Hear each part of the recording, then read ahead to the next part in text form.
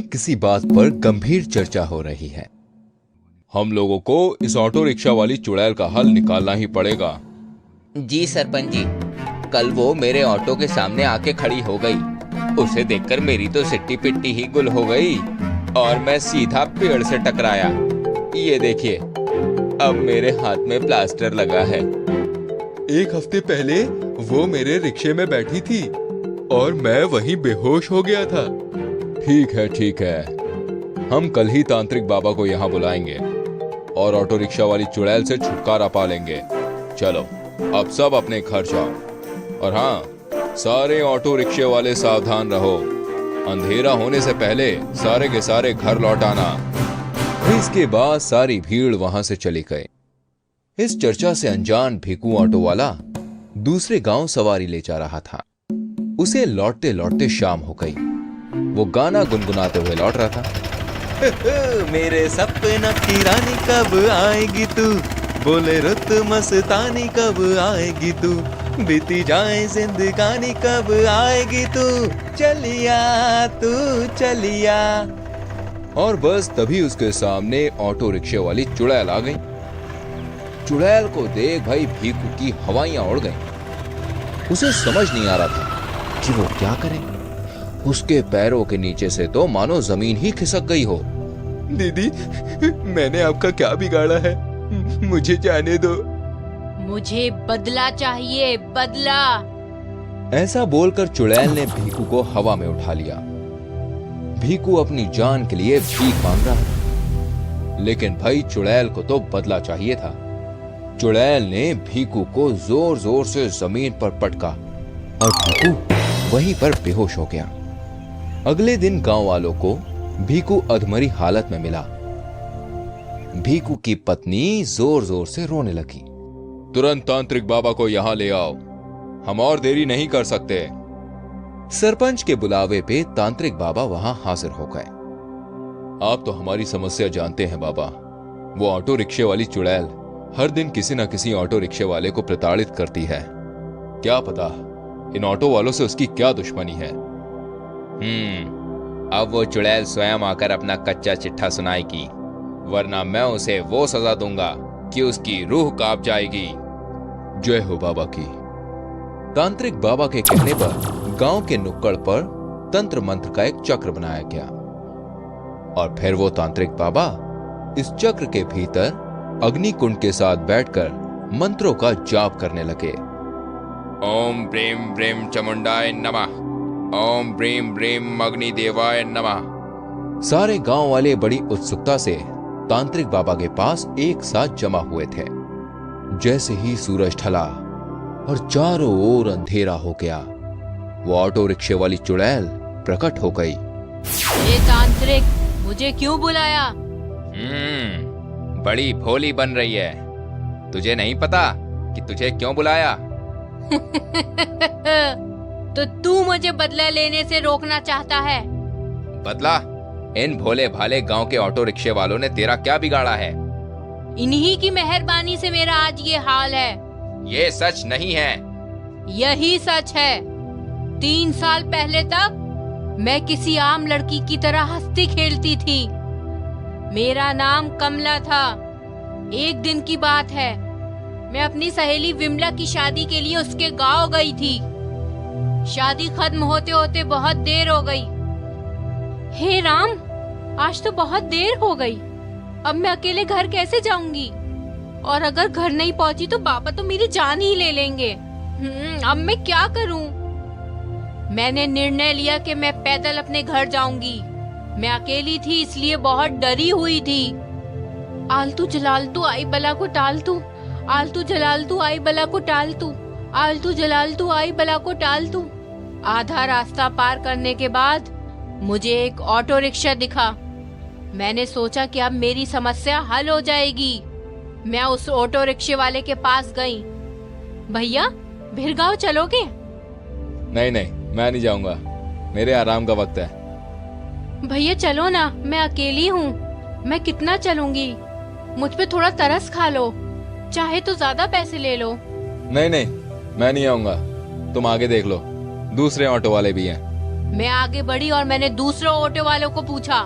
उसने भी मुझे मना कर दिया और तीसरे ऑटो वाले ने भी मुझे धिक्कार दिया और मैंने सोचा कि मैं चलकर ही अपने गांव जाऊंगी। मैं चलती रही और चलते चलते मैं एक ढलान से फिसल गई। और इसके बाद मैं सीधा एक दलदल में जा गिरी। बचाओ, कोई मुझे बचाओ, कोई मेरी मदद करो, बचाओ मुझे। मैं काफी समय तक उस दलदल में मदद की गुहार लगाती रही, पर वहाँ मेरी मदद करने वाला कोई नहीं था।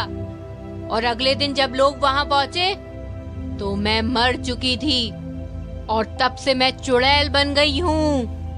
मैं नियति की मौत नहीं मरी, बल्कि इन ऑटो रिक्शे वालों की वजह से मरी हूँ। बस तभी से मैं इन ऑटो रिक्शे वालों से अपना बदला ले रही हूँ। नहीं छोड़ूंगी, किसी को भी नहीं छोड़ूंगी। तुम्हारे साथ जो हुआ वो बहुत बुरा हुआ। उस दिन इन ऑटो रिक्शे वालों ने तुम्हारी मदद की होती तो आज तुम जिंदा होती। पर कमला, नियति के खिलाफ कुछ नहीं होता। अगर नियति ना हो तो एक फूल भी नहीं मर सकता। ये तुम्हारी गलतफहमी है कि तुम्हारी मौत नियति की वजह से नहीं हुई थी। तुम्हारी मौत तुम्हारी नियति थी जो भगवान ने लिखी थी। ये ऑटो वाले तो सिर्फ उसके साधन थे, इसमें इनकी गलती नहीं। तुम्हें अपने मन से बदला लेने की भावना निकाल देनी चाहिए कमला, तभी तुम्हें मुक्ति मिलेगी। और तभी सारे ऑटो वाले आगे आए। बहन, तुम्हारे साथ हुए हादसे के लिए हम तुमसे माफी मांगते हैं और ये वादा भी करते हैं कि हर जरूरतमंद को उसकी मंजिल तक जरूर पहुंचाएंगे। बहन, ऑटो रिक्शे वाले और तांत्रिक की बातें चुड़ैल को समझ में आ गई थी। शायद तुम सही हो, मुझे अपने बदले की भावना छोड़ देनी चाहिए। आज से मैं किसी भी ऑटो रिक्शे वाले को नुकसान नहीं पहुंचाऊंगी। मुझे तुम लोगों से कोई गिला शिकवा नहीं है। ऐसा बोलते ही आसमान से एक रोशनी चुड़ैल पर पड़ी और वो उस रोशनी के साथ आसमान में समा गई। आखिर इस ऑटो रिक्शे वाली चुड़ैल को मुक्ति मिल ही गई। एक अमावस की रात में लता और हेमा और उनके पति विक्रम और राजीव अपने गांव जाने के लिए निकले थे। राजीव ने पूछा, ये अचानक से ट्रिप का प्लान क्यों बना लिया? मैंने कुछ नहीं किया, ये जो भी किया इन दोनों बहनों ने किया। हाँ हाँ, सारा प्लान हमारा ही तो था। वो तो मैं ही थी ना जो बोल रही थी काम करके थक गया हूँ, मुझे थोड़ा ब्रेक की जरूरत है। चलो लता, कहीं चलते हैं। मैंने तो बोला था कहीं चलते हैं, ये थोड़ी बोला था कि तुम्हारे गांव चलते हैं। हेमा बोली, अब जीजू कितने साल हो गए हैं हमें गांव गए हुए। वैसे भी शहर की जिंदगी से बोर हो रहे थे, इसलिए हमने सोचा कुछ दिन गांव ही चलते हैं। लेकिन कम से कम एडवांस में बता देते। अब पता नहीं मेरा बॉस क्या उधम मचाएगा। बॉस और बीवी दोनों की बकबक सुनो। अरे मैं तो ऐसे ही मजाक कर रहा था। और बस तभी उनकी कार के विंडशील्ड पर कुछ आकर गिरता है और विक्रम अचानक से ब्रेक मारता है। हेमा बोलती है, थोड़ा आराम से ब्रेक मारा करो। मैंने जानबूझ के ब्रेक थोड़ी मारा, ये देखो कुछ तो कांच से टकराया है। विक्रम गाड़ी से उतरकर बाहर गया और उसने वो गिरी हुई चीज उठाई।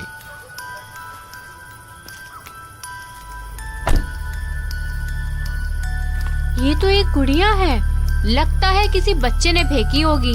वैसे बहुत सुंदर है ये गुड़िया। अब इसका क्या करूं? लाओ मुझे दो। हेमा ने उस गुड़िया को अपने बगल में बैठा लिया और उन लोगों ने अपना सफर जारी रखा। कुछ देर बाद एक एक करके सभी लोग सो गए, सिवाय विक्रम के जो गाड़ी चला रहा था। विक्रम ने रियर व्यू मिरर में देखा तो उस गुड़िया की आंखें लाल थी और वो लता की ओर देख रही थी। विक्रम डर गया और उसने झट से ब्रेक मारा। सभी लोग झटके से उठे। अब क्या हुआ भाई? विक्रम पीछे घूमा तो गुड़िया बिल्कुल पहले जैसी ही थी। मुझे ऐसा लगा कि ये गुड़िया लता की ओर देख रही थी और उसकी आंखें भी लाल हो गई थी। लगता है तुम्हें नींद आ रही है। लाओ मैं चलाती हूँ गाड़ी। नहीं, रहने दो। विक्रम ने म्यूजिक प्ले किया और उन्होंने अपना सफर एक बार फिर से जारी रखा। वो लोग गांव पहुंच गए और अपने पुश्तैनी घर के भीतर चले गए। अचानक कुछ देर बाद विक्रम को दांतों की कड़कड़ाहट सुनाई दी और वो डरकर बोला, ये कैसी आवाज है?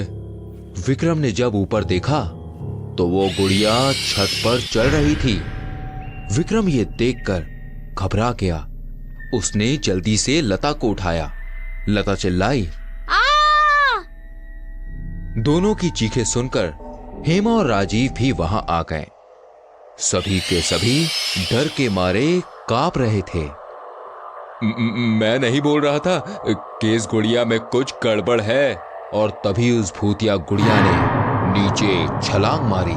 1 2 3 4 आज तो मैं 4 शिकार करूंगी, बड़ा मजा आएगा। ऐसा बोल के उस भूतिया गुड़िया ने चारों के चारों को हवा में उठा दिया। ये सब क्या हो रहा है? पहले तुम सबके साथ कुछ खेल तो लूं।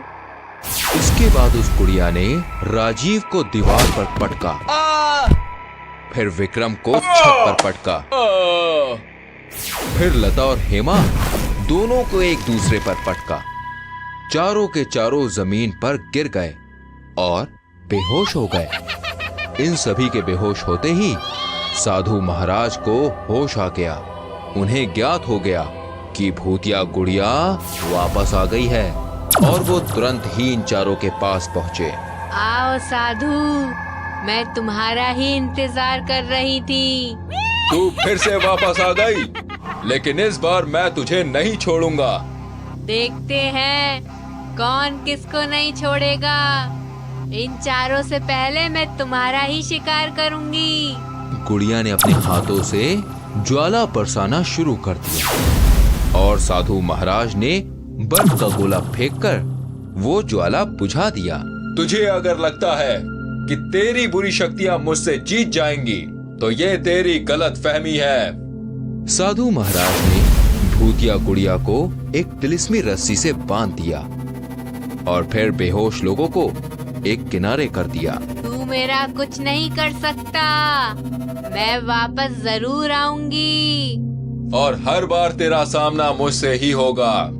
साधु महाराज ने अपने कमंडल से जल निकालकर कुछ मंत्र पढ़ना शुरू कर दिए और जैसे ही उन्होंने वो जल भूतिया गुड़िया पर फेंका तो उस गुड़िया से धुआं बाहर निकलने लगा।